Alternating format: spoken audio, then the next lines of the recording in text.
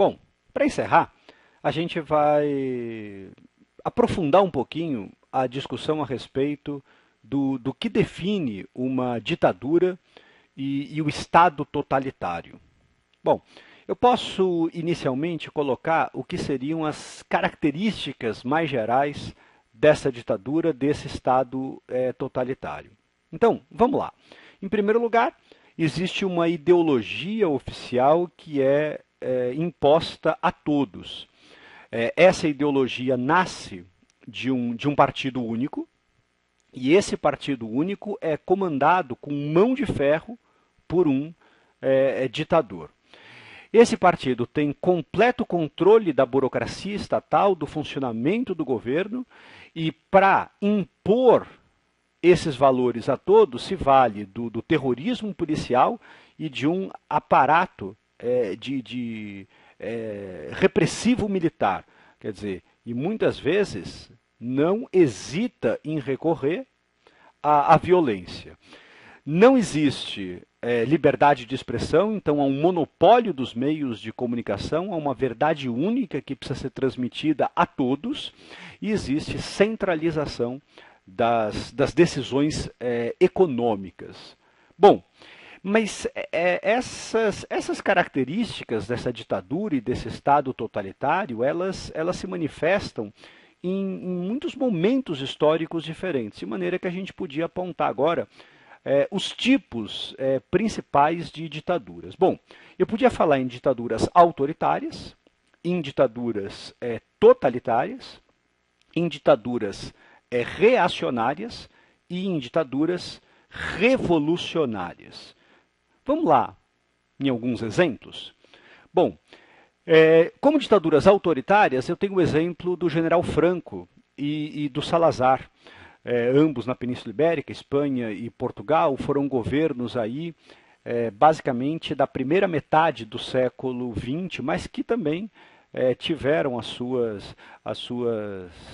continuaram, enfim, durante uma boa parte dessa segunda metade do século XX. Foram movimentos que surgiram na época do nazifascismo, mas não chegaram ao totalitarismo. O totalitarismo ele vai se manifestar aí sim, não é?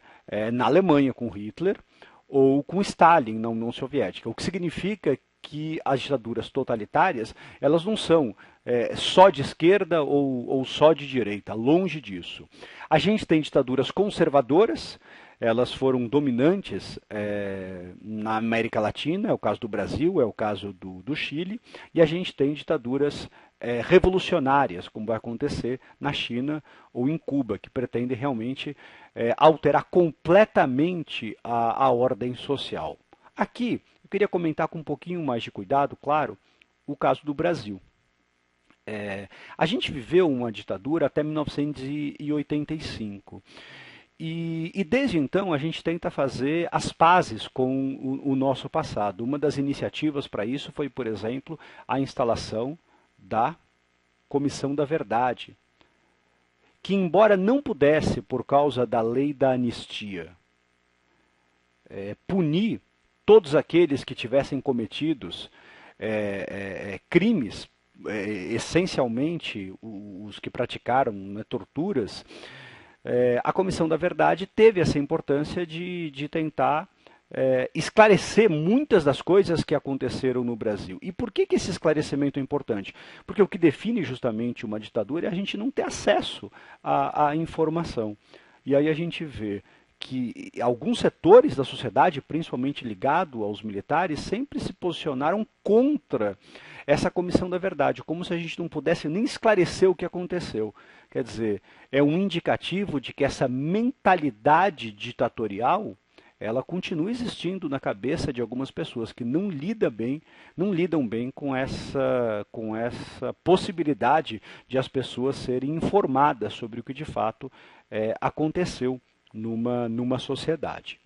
Bom, uma outra coisa que eu queria também aprofundar era essa questão a respeito do totalitarismo. Às vezes é um pouco estranho para as pessoas colocar lado a lado Hitler e Stalin, mas vamos tentar entender um pouquinho mais isso, né? Quando a gente pensa no totalitarismo, eu posso começar com uma charge da primeira metade do século XIX, que coloca aí o Hitler conversando com Stalin, e você vê pela posição dos dois, né, que na verdade eles estão armados, sinal de que um não confia no outro, tal.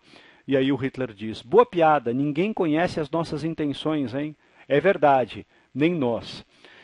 Quando, enfim, nem se sabia, não é, se eles estariam realmente de lados opostos na Segunda Guerra Mundial ou não.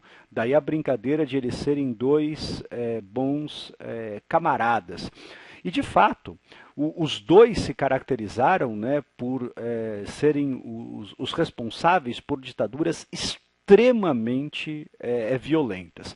Mas existe uma diferença que você precisa conhecer entre esse totalitarismo comunista do Stalin e o totalitarismo nazifascista do Hitler e, em certa medida, também do Mussolini. E quais seriam as diferenças? Bom, as semelhanças você já conhece, mas as diferenças elas estão ligadas principalmente ao fato de a base de apoio do totalitarismo comunista serem as classes populares, enquanto no totalitarismo fascista não. A base de apoio é uma base mais voltada a uma pequena burguesia, a uma elite social.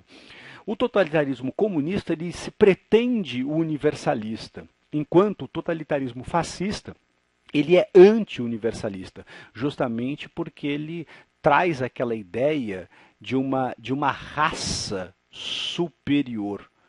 E é por isso que quase sempre o totalitarismo fascista ele empurrou as pessoas para posturas extremamente preconceituosas.